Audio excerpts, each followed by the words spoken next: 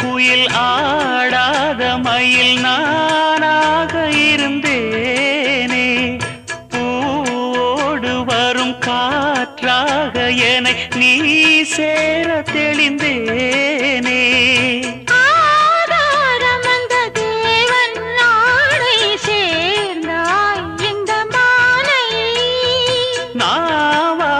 ருசித்தேனே தேனை தேர்ந்தேன் இன்று நானே.